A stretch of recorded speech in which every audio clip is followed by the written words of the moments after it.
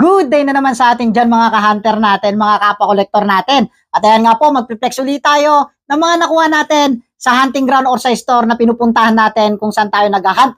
At siguro naman, kilala nyo na tong plastic bag na to.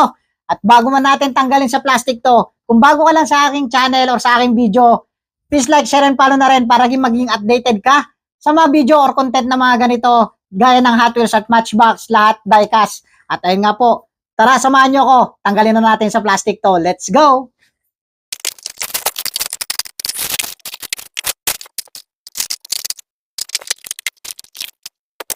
So, yun na nga po yung laman ng ating plastic. At ito nga po yung mga nahunt natin sa hunting ground or sa store na pinunta ng araw na yon. At ito nga po, Matchbox. Hindi ako masyadong fan ng Matchbox pero nagustuhan ko yung casting nito. At M2, syempre Jada. At ito nga po, madalang tayong kumuha niyan pero pili lang talaga yung kinukuha ko dito.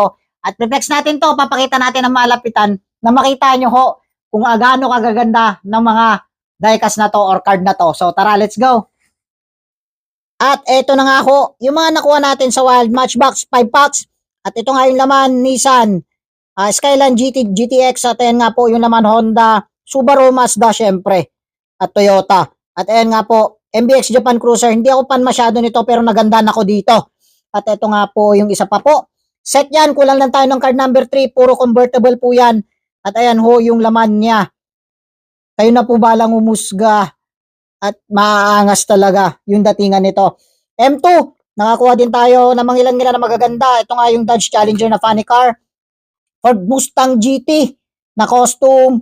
At Bel Air na Chevrolet. Maganda rin, ganda ng casting nito.